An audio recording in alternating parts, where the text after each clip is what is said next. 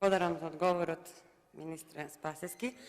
Не знам какви дебати водите во владата, но овде сме да говориме за пожарите и за фактот дека и оваа година сезоната на пожари ја дочекуваме неподготвени.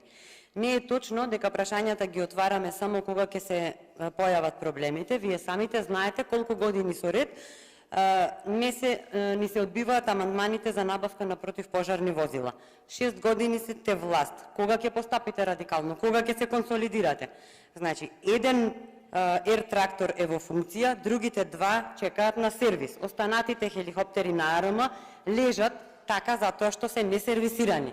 На конкретни прашања се одговара со конкретен одговор. Факт е дека авионите за гаснење пожари трета година не се одржуваат и не се функционални. Зошто? Затоа што тендерите ви се поважни од животите на луѓето.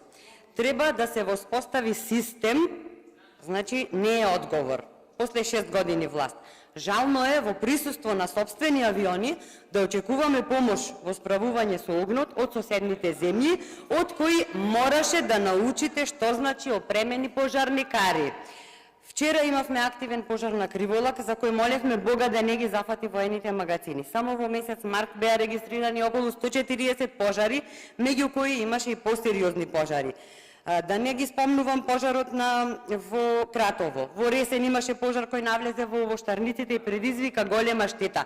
Штетите се проценија на сума од над 38 милиони евра, додека авионите ја чекаат процедурата за да заминат на сервис, а сезоната на пожари доаѓа со зголемувањето на температурата и ни останува единствено надежта дека нема да ни треба меѓународна помош и оваа година, и ова лето.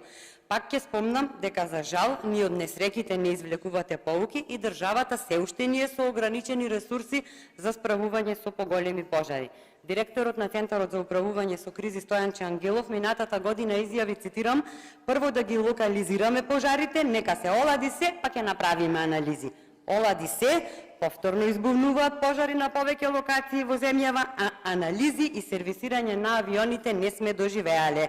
Освен несервисираните авиони, стара болка е и недостигот на пожарникари, како и старите и дотраени возила, како што беше ФАПот. Со ваквиот однос на власта, во случај на пожар, ни останува да се молиме да заврне дожд, или пак, по примерот на директорот Ангелов, во текот на летово сите да си чуваме по една гранка за гаснење пожар до себе. Не сум задоволна од одговорот и немам дополнително прашање.